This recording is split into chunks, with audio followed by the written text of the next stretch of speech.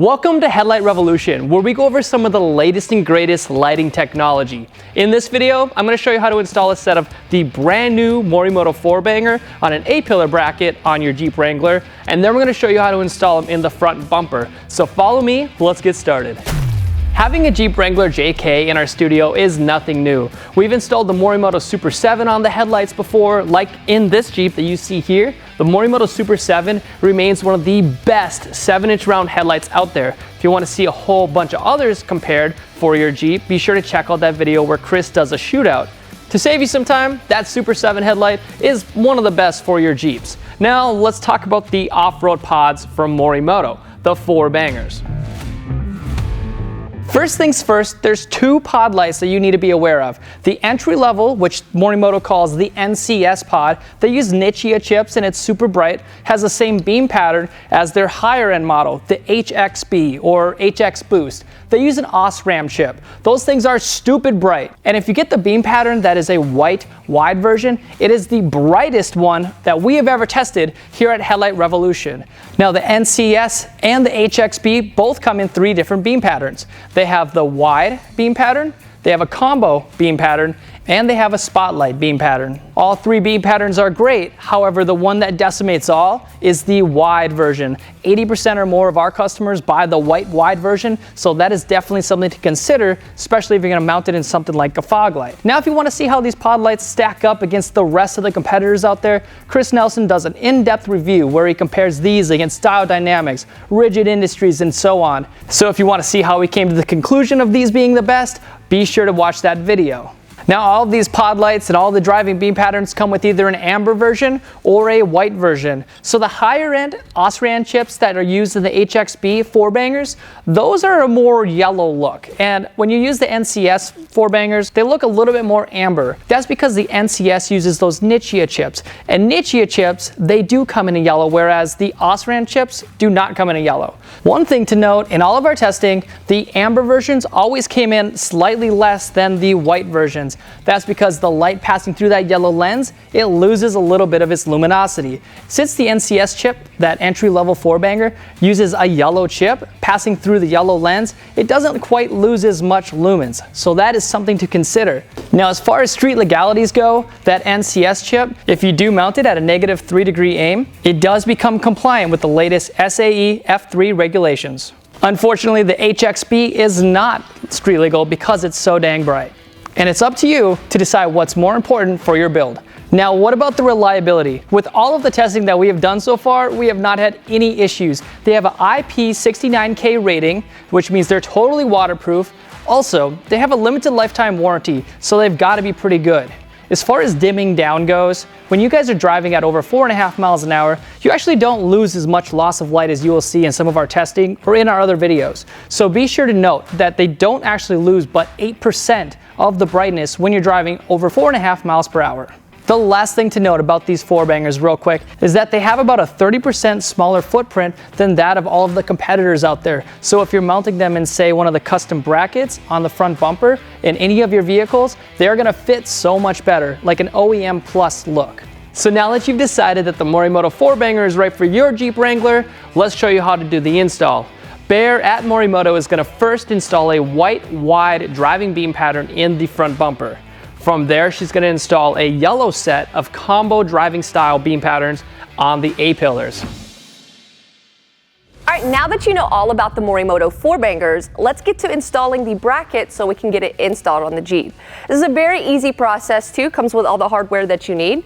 So first off, we're going to be taking the 4Banger right here, and we're going to be uninstalling the back bolts back here. They're two shorter bolts, and then we're going to be installing a U-bracket at the very top of this. So now that you got both of those bolts uninstalled, you're going to be using the two longer bolts, and you're going to be using the U-bracket that's included in the kit. Now when installing this, make sure that you put the divoted side up against the 4Banger. So now put those longer screws in and just screw it down.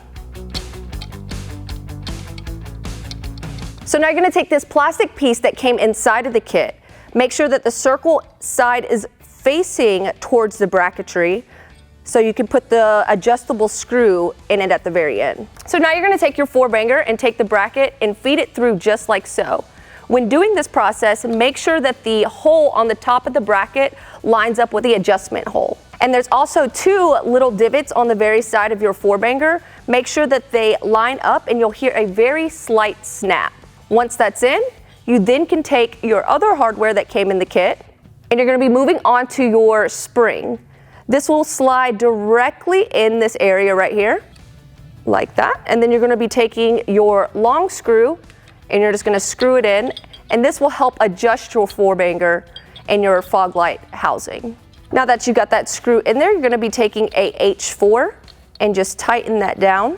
So you don't have to tighten this down fully just yet. This will help adjust your vertical angle with your 4-banger once it's installed into the Jeep. Once that's done, you're going to be taking the outer part of your bracket and you're going to line it up with the little divots that's on your 4-banger bracket. Now just take the 4 included screws and just tighten them down.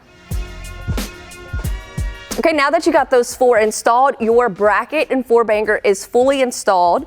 Last thing that you're going to be doing is take the Morimoto harness that came with it as well. You're just going to plug it into your 4-banger, and this will allow you to plug it into your OEM harness on your Jeep.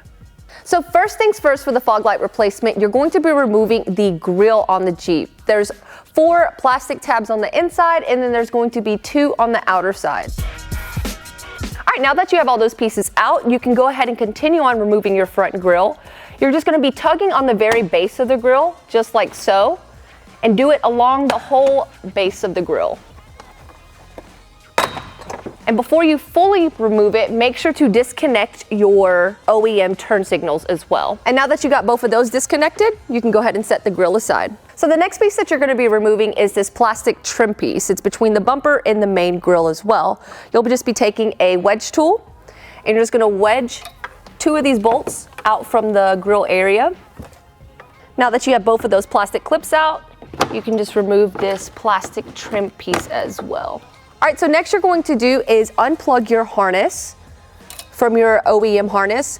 This gentleman's already got some aftermarket fog lights on, so your harness may look a tad bit different. So when you're on our website, make sure to put in your year, make, and model so you get the proper wiring harness with your 4-banger kit. So with the next step, it's a tad bit hard to see on camera, so I'm just going to show you right here, guys. On your OEM kit, there's going to be 4 holes on the sides. Same thing for your 4-banger bracket. Once you get those 4 screws out, you can take your OEM fog light and then you can put your 4-banger in place and then put those 4 screws back. All right, so now we're going to be moving on to the 4-banger A-pillar kit. It's a very easy install on this Jeep. This is going to be the bracket that you're going to be using today.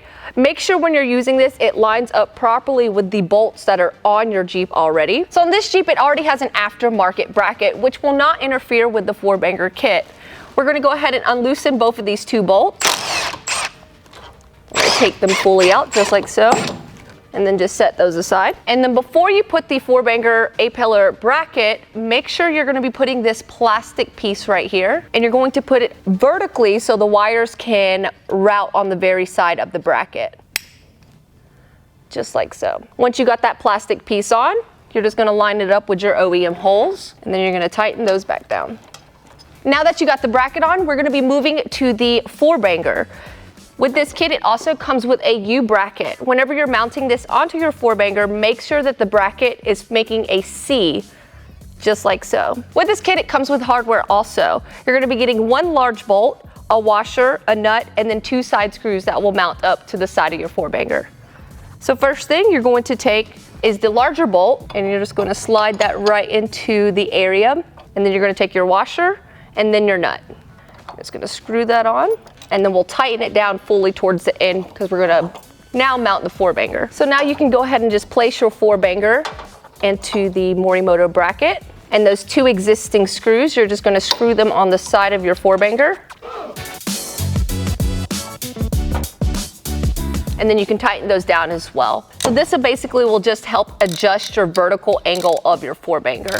We're gonna keep ours decently horizontal with the vehicle. And we're gonna screw the big bolt down last so then we can aim the 4-banger which direction we would like it to be. So now that you got your 4-banger and brackets installed, we're gonna go ahead and move to the harness. We're gonna start off with the relay. With this, you want to make sure to always mount this vertically so no water can get in it. So on this Jeep, there's already a hole right here. We're going to utilize that. And we're just going to place the relay and then take a nut and bolt. We got the relay in vertically. Now that the battery is connected, what we're going to do is run the harness all the way over to the driver's side. The longest part of the harness will go towards the light that's furthest from the battery, and the shortest will go towards the one closest to the battery. For this one example, this is going to be light 1, and it's going to go towards the passenger 4-banger. We're going to go ahead and get those connected, and then we're going to get to the switch. Just like that, and then we're just going to tuck the harness away from us for just a tad bit. And there's these 2 bolts on the very top. We're going to get those up and out.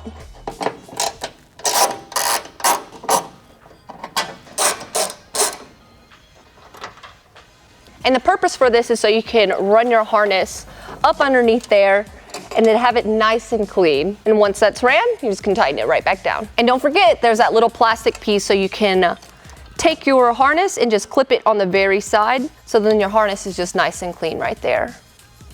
And once you got that done, you can just tighten down those bolts. So next up, we're going to disconnect the ground and power. And then you're just going to slide your ground onto the ear and tighten that back down as well. And then same thing for your power.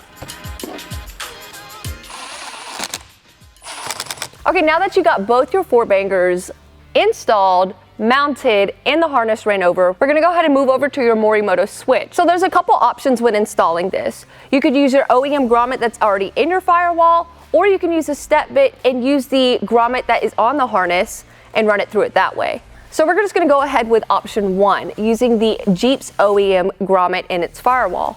A really cool factor on the Morimoto switch is that it has a disconnect area, so it's easier to run through the firewall and it makes the install so much faster.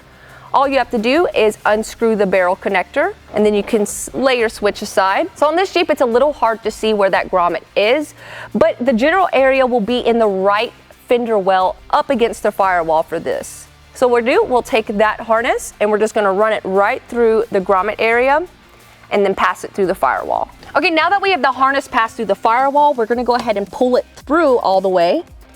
So you're just gonna drop this plastic piece and then just find that harness and then just pull it through. Now that you got that pulled through, we're gonna go ahead and move over to the Morimoto switch. With this Jeep owner, he's going to eventually be upgrading to a S-Pod system, so he'll have all the switch panels and everything on a screen, which is pretty cool as well. But in this case, if you do want to install the Morimoto switch, you can install it anywhere in the Jeep. But our preference, we're gonna do it on the right side of the steering wheel. Now when installing this, make sure that there's no interference behind the panel, no metal, no other plastic pieces or wirings, because you don't want issues like that. So when you do this, make sure to take a 3/4 step bit and drill it slightly through that plastic panel. Once that's done, you can then take your Morimoto switch. There is a metal ring around it. You're going to just screw that up and off, just like so. And once you have that hole drilled, you can just take your Morimoto switch and just route it through, just like that. And then take that metal ring and route it back up. And make sure that this is nice and snug up against the plastic piece and also the switch. This will help the switch to not move and then back out over time. And once that's done and placed in your panel, you then can now connect it to your waterproof connector and get that nice and snug as well. All right, now when you're finished with the switch, all you have to do is just route the harness back underneath the steering wheel and get it all zip tied up, nice and clean. And make sure to tighten and aim your 4-bangers as well, and then you're finished with the install. And just like that, you've installed some incredible looking LED pod lights on your Jeep Wrangler. Now go take it out off-road and see just how much better these were than what you had before. We have so much for your Jeep Wrangler. Go to headlightrevolution.com, type in your year, make, and model, and you'll see everything there.